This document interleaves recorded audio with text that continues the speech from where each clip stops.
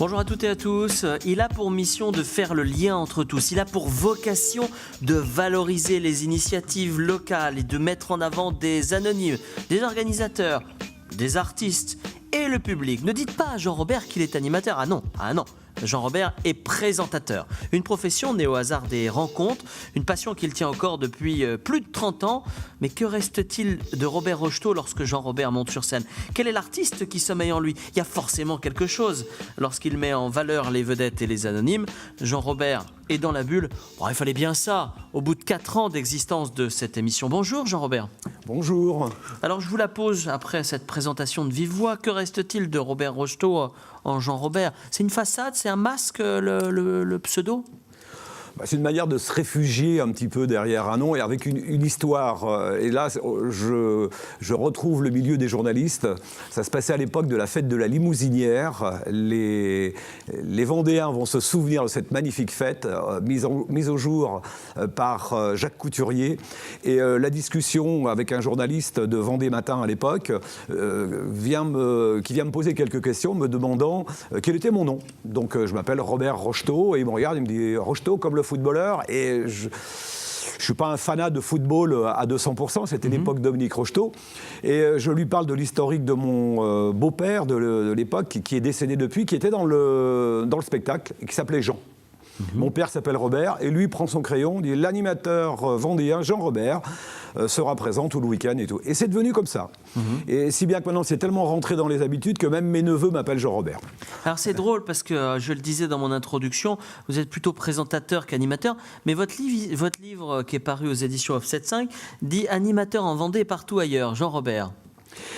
C'est animateur, parce que c'est vrai que la difficulté entre les deux ont une consonance. Je veux faire la différence entre animateur et présentateur, vous l'avez dit tout à l'heure, en me présentant, comme vous l'avez fait tout à l'heure. Donc je présente les artistes. Je suis animateur d'une foire, d'un salon, mais je suis présentateur de quelqu'un. Vous voyez que la nuance, c'est le même métier avec des termes différents. Et puis ce qui n'empêche la qualité et la valeur des gens, je mettrais plus le mot animateur à quelqu'un qui est dans un grand magasin en tête de gondole avec un produit. Il est animateur. On n'est pas présentateur d'un camembert. Vous voyez ce que je veux dire? Voilà. Jean-Robert, on va remonter le temps et découvrir comment cette vocation est arrivée. Vous dites, je fais ce métier parce que je ne suis pas dans le rang. Parce que je ne suis pas dans le rang. Ça, c'est une remarque qui m'a frappé.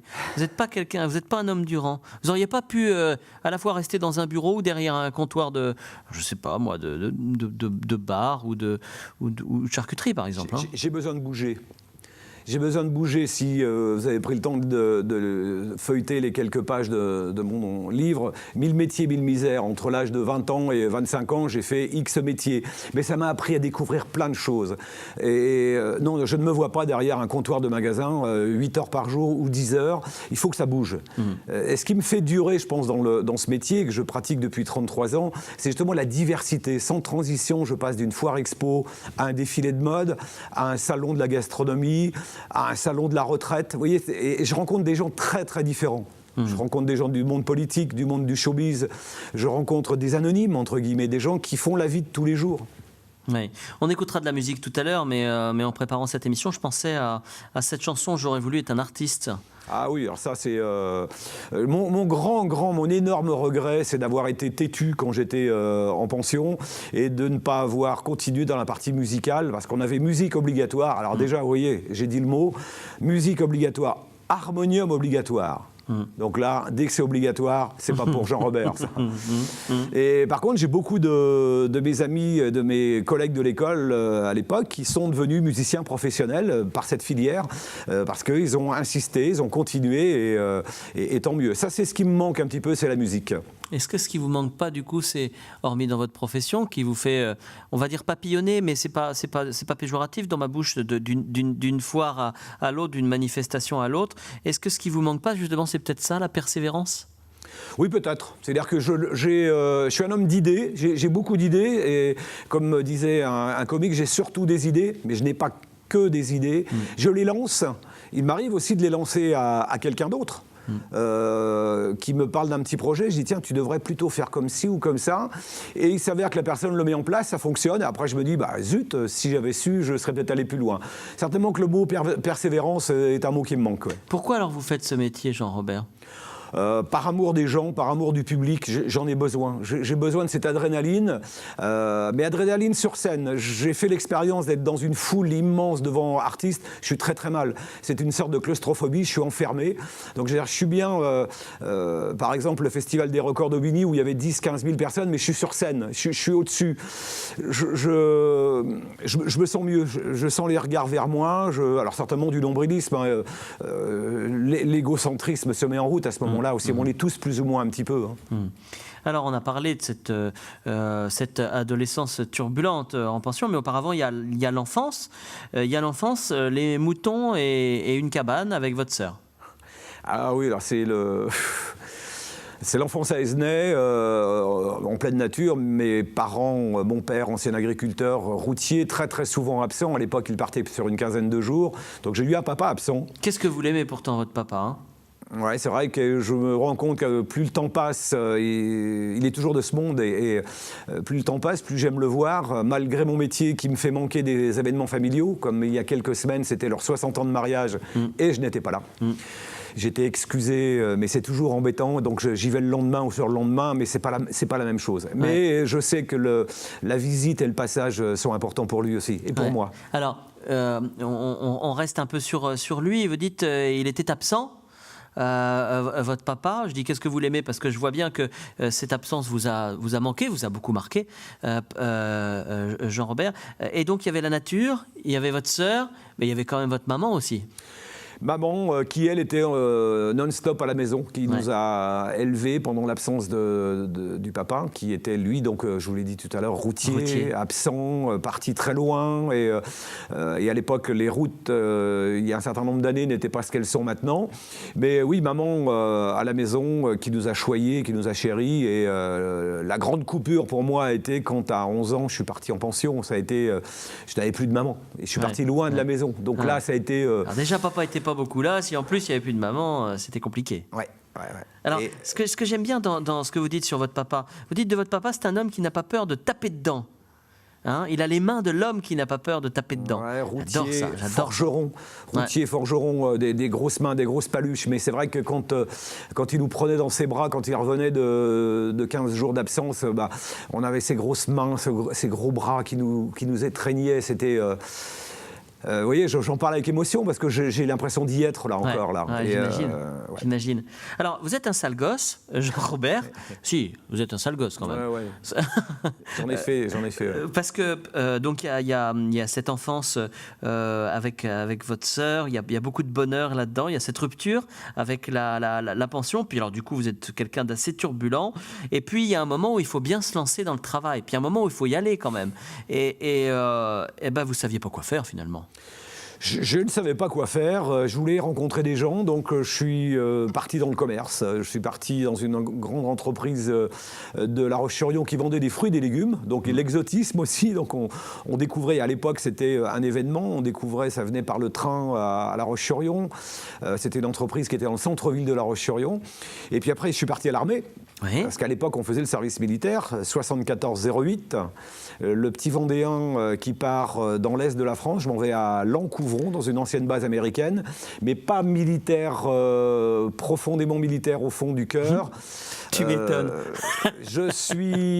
On m'a nommé première classe, je ne vais pas dire première classe chef, ça serait exagéré, première classe la veille de mon départ. D'accord. Et on m'a demandé quand même si je voulais rester dans le... J'ai dit que non, la vie civile me convenait mieux. Alors, vous avez fait 1000 métiers, 1000 misères, vous nous l'avez dit. Il y a des choses que vous regrettez ? Est-ce qu'il y a des trucs où vous vous dites « j'aurais dû être un peu stable quand même » des fois, je me le dis, oui, j'aurais dû continuer sur tel métier. Mais non, je ne regrette pas ce que j'ai fait. Ça m'a enrichi, ça m'a ouvert l'esprit, ça m'a permis de rencontrer plein de gens différents. Et ça m'aide dans mon métier, là, parce que je rencontre tous les jours des gens différents. Ouais. Alors, Jean-Robert, je voudrais maintenant, à ce stade de notre conversation, qu'on se dise où on a un Jean-Robert un petit peu moins grisonnant, qui a 25, 26, 27 ans, qui a ouvert un magasin de farce à trappe. Et alors, on reviendra sur le magasin de Farce Attrape. Et puis, je voudrais surtout qu'on parle d'un monsieur qui s'appelle Joël Bourbon. Ben, ça a été l'homme de mon virage, ça a été l'homme de mes réflexions. Ce magasin est à Angers. Un jour, quelqu'un rentre dans le magasin, un client. Bonjour monsieur, bonjour. Avez-vous des moustaches pour faire Georges Brassens? Alors, je regarde, je me relève. Je dis, mais Georges Brassens, pourquoi voulez-vous des moustaches de Georges Brassens? Ben, je suis imitateur, je suis chanteur-imitateur, j'ai un numéro, j'interprète des chansons de Georges Brassens et il me faut des moustaches. Et la conversation s'engage. Au bout d'une demi-heure, on ne se vouvoie plus, on se tutoie. Je lui fais part de mes états d'âme de faire du spectacle.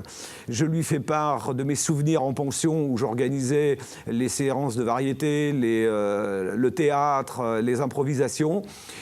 Et spontanément, il me dit, ben voilà, la semaine prochaine, j'ai un spectacle au Lion d'Angers. Tu vas le présenter. Alors je dis, non, je ne suis pas capable. Tu vas le présenter. Je lui fais part également du fait que je suis allé faire un casting à Bordeaux pour RMC. Et quand j'ai quitté La Roche-sur-Yon pour aller à Bordeaux, je me suis dit, bon, c'est bon, je vais passer devant quelqu'un. Et il s'avère que le quelqu'un qui nous recrutait, c'était celui qui avait découvert Patrick Topalov et Jean-Pierre Foucault. Je l'ai su après. Et quand je suis arrivé, il devait y avoir 500 personnes de passer devant, et puis il y en avait 1000 derrière. J'ai dû faire 3 publicités. Je me souviendrai toujours, c'est la pub des AGF et la pub des Dragées Fuca. Ouais. Ça a été terrible. Ouais, j'imagine. Je n'ai jamais eu de réponse. Ouais. Et je suis rentré, je dis il faut travailler. Hein, donc la radio ne veut pas de moi. À l'époque, c'était RMC à Bordeaux. J'ai continué à travailler. Et cette rencontre avec Joël Bourbon a été mon déclic. Je me suis retrouvé donc sur scène une semaine plus tard à présenter Joël Bourbon, chanteur-imitateur dans le Maine-et-Loire. Et c'était au Lion d'Angers, dans une assemblée de 3e âge. Et dans la salle, quelqu'un est venu me demander ma carte. Alors, pris au dépourvu, mais pas trop quand même, je réponds que je suis là de passage, que je suis venu rendre service à mon copain Joël Bourbon. Je le connaissais depuis une semaine, donc vous voyez, c'était ça. Et des fois, on dit menteur, animateur, menteur, mais il faut l'être un petit peu. Et j'ai dit, par contre, vous me donnez votre adresse et je vous envoie une petite carte très rapidement. Et voilà, ça s'est démarré comme ça. Et c'était un président de comité des fêtes qui m'a fait une fête suivante. Et ça s'est enchaîné après entre Foire Expo, Semaine commerciale. Il y en avait beaucoup plus à l'époque. La Bretagne, un agent qui me rencontre, un producteur qui me rencontre, et puis de fil en aiguille depuis 33 ans. Voilà. Et ça devient une vraie profession. C'est un métier. Il faut le dire aux gens quand même. C'est bien que vous me disiez que c'est un métier. Je suis très très content. Moi, je le sais depuis 33 ans que c'est un métier, mais on me pose encore la question, à part ça, vous faites quoi ? Une fois par mois à peu près depuis 33 ans. D'accord. Parce que dans l'esprit populaire des gens, c'est pas un métier. Vous vous amusez. Vous êtes, c'est le dimanche que vous vous amusez. Bah oui, je suis 30 à 35 dimanches dehors de la maison, en dehors de la maison par an, les bonnes années. Et vous êtes avec nous, vous vous amusez. Mais non, c'est un métier. Jean-Robert, on écoute Aznavour. C'est un morceau que vous avez choisi, puis on en reparle juste après. Ouais.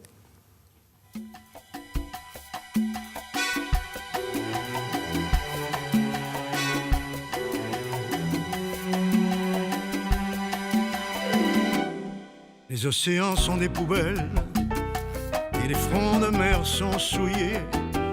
Des Tchernobyl d'Henri Bambel voient naître des fœtus mort-nés. Dans 50 ans, qu'allons-nous faire de ces millions de détritus et ces déchets du nucléaire dont les pays ne veulent plus?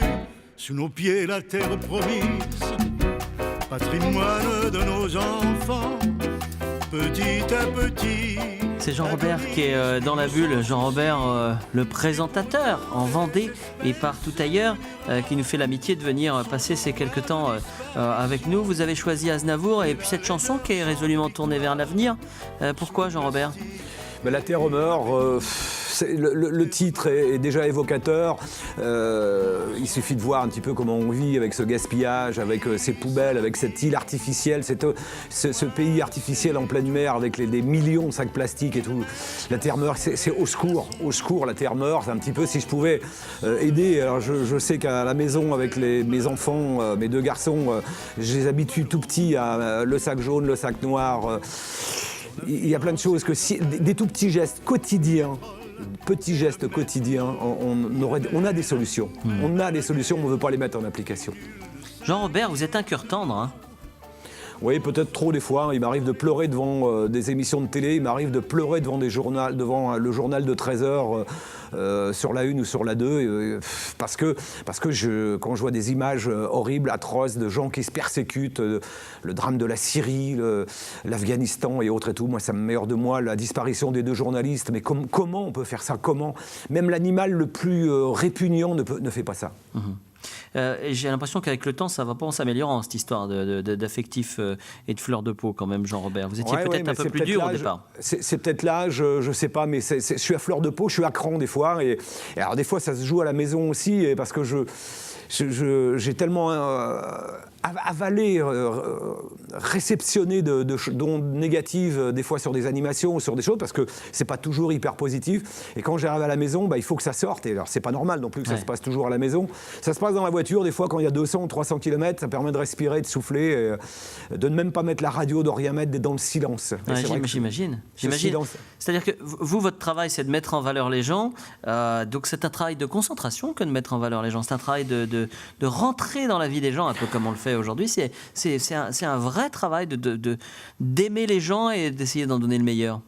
En quelques secondes, quand vous arrivez dans un univers que vous ne connaissez pas, ça m'arrive très souvent d'être arrivé à 20h, 20h15 pour monter sur scène à 21h. Il faut qu'entre 20h15 et 20h45, je capture le maximum d'éléments de la personne ou des personnes que je vais présenter, politiques ou artistiques, et après les retransmettre à un public qui parfois les connaît mieux que moi.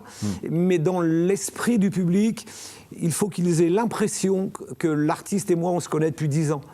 Donc c'est à moi de faire entre guillemets mon cinéma, de faire mon théâtre, de faire mon spectacle qui va durer quelques secondes. Moi je n'ai pas un one-man show d'1h30 ou 2 heures, j'ai quelques secondes pour mettre en valeur quelqu'un. Et là il faut que ce soit les meilleurs mots, les meilleures phrases. Jean-Robert, pourquoi vous avez choisi de parler des éléphants avec un livre monumental que vous nous avez amené? L'éléphant, mythe et réalité. Ouais, mais la transition se fait par rapport à la chanson de Charles Aznavour. Depuis tout petit, j'aime les éléphants. L'explication, je n'en sais rien, mais je pleure quand j'en vois les destructions massives que l'homme fait pour quelques kilos d'ivoire, alors que la loi mondiale interdit le travail de l'ivoire. On retrouve encore des cornes.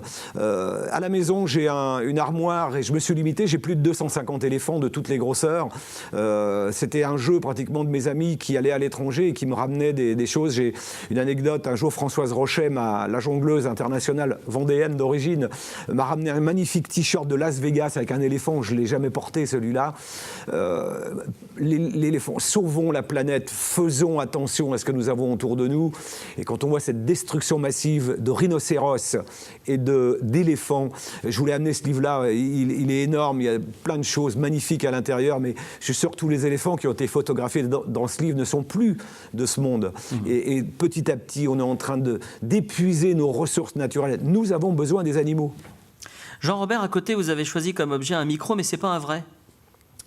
Alors ce micro, il a une histoire exceptionnelle. Il est en bois, hein, c'est ça. C'est un micro en bois, ouais. C'est de l'ébène. Ouais. Et c'est un ex-beau-frère qui était militaire engagé au Tchad, qui un jour l'a fait fabriquer par un Africain. Et là-bas, ils n'ont pas de tour à bois. Le tour à bois, c'est la vieille machine à coudre Singer où on pédale et on tourne ça à la ficelle. Je ne sais pas si vous imaginez quelle valeur ça a, surtout oui. Le petit bout du micro, le petit micro à chef, la petite antenne qui est en bout. En plus, c'est le symbole de mon métier. Souvent, on me dit, tu dois dormir avec ton micro, tu as toujours un micro à la main. Je leur réponds, oui, il est greffé dans la main. Et en plus, mon micro, vous voyez, là, aujourd'hui, je n'ai pas de micro dans les mains. Mes mains bougent beaucoup. Ah, vous êtes bien embêté, hein? Je suis un peu embêté, mais ça va bien quand même. Mais ce micro, quand j'ai dans la main, c'est mon lien. C'est mon lien avec mon public, avec le public et avec les personnes que j'ai à présenter. Et là, c'est le beau-frère qui me l'a offert. Il arrive du Tchad. Je l'ai depuis quelques années. Je le sors jamais. Il est dans un placard chez moi. Jean-Robert, la photographie, en fait, c'est 2 photos. Il y a une photo et à côté, il y a un dessin. C'est ce que vous avez choisi. Alors, ce sont des artistes de cirque. Artiste de cirque, j'adore le cirque. Petit, à Esnay, j'allais sous les bâches des cirques pour voir comment ça se passait. Et là, cette photo, cette image, vous voyez, ce sont les musicolos. Et on a enterré Jean-Claude Perrault au mois de septembre. C'est un couple d'artistes circassiens, des professionnels du spectacle vendéens, qui étaient du côté d'Olonne-sur-Mer. Et je voulais rendre un hommage à Jean-Claude, qui a été le lien entre moi et le cirque, parce que je n'ai pas franchi le pas du cirque, même si je l'ai côtoyé par des gens qui faisaient partie des grands cirques comme Pinder, Hamar et autres. Et lui, il était près de chez moi. C'était un Vendéen et je l'ai présenté des dizaines de fois sur des kermesses, des foires, des arbres de Noël. Et puis, c'est la photo. Je voulais lui rendre un hommage personnel. Kiki, son épouse, est toujours à Olonne-sur-Mer. Et voilà, c'est ma larme, même si on n'est pas là pour faire pleurer, mais bon, voilà, c'est fort. Ouais, j'imagine. Jean-Robert, derrière ce que vous venez de nous dire, derrière toute cette émission-là, il y a cet amour de la Vendée. Qui n'est pas un porte-drapeau, hein, c'est cet amour de la Vendée. Enfin, vous aimez votre coin. C'est pas, vous ne faites pas de politique en l'occurrence, c'est votre coin, quoi. J'aime mon coin. Une anecdote, il y a 15-20 ans, je suis en animation à Marseille. Vous voyez que des fois on me dit mais tu arrives à tourner dans le coin, ça te suffit dans le coin? Non, ça ne me suffit pas, hein, parce qu'il faut d'une part se faire oublier de temps en temps. J'arrive à Marseille et dans le centre commercial où j'étais, une affiche du Puy du Fou dans une banque qui était leur partenaire. Je me dis, la Vendée, 1200 km de chez moi. Alors maintenant, c'est vrai que ça paraît désuet ce que je suis en train de dire par rapport à Internet, où en quelques secondes, vous avez une image qui part à l'autre bout du monde. Mais moi, j'avais une affiche du Puy du Fou, le spectacle de mon département à 1200 km de chez moi. Vous ne pouvez pas savoir comment j'étais gonflé. Ça, c'est la première anecdote. La deuxième, à Nancy, je sors d'une galerie marchande et devant moi, une voiture immatriculée 85. Je fais tout de suite des appels de phare, en tout bien, tout honneur. La personne s'arrête et je me trouve en face d'un garçon de la rabatelière, directeur artistique du cirque Pinder. Imaginez-vous. Après tout ce que vous venez de nous dire en plus. Imaginez-vous l'œil du gamin, l'œil du jeune qui voulait faire du cirque, qui adore le cirque. Et ce monsieur, c'est Jean Arnaud, qui est originaire de Vendée, qui travaille sur Paris, qui est toujours dans le milieu du cirque. On a toujours des relations depuis ce moment-là, depuis 20 ans. Et voilà, donc c'est la Vendée. J'adore partir de la Vendée quand je m'en vais loin en spectacle. Mais quelle joie quand je reviens et que je travaille avec des entreprises vendéennes, avec des communes vendéennes. Et vous l'avez dit, sans faire de politique, quelle que soit la couleur politique de la commune qui m'accueille. Moi, je suis là pour présenter les gens, qu'ils soient de droite ou qu'ils soient de gauche. Je suis là avec les gens. Jean-Robert, attrapez donc l'enveloppe à votre côté et puis ouvrez-la et vous allez me dire ce que vous voyez. Vous reconnaissez ? C'est un œil ? C'est un logo je crois que c'est Secret Story. Ouais, d'une émission de télévision. De télé-réalité sur TF1. Ouais. Qu'est-ce que ça vous inspire ? Moi, ça m'inspire pas. Je regarde pas ces émissions. Je regarde pas ces émissions. Pourquoi ?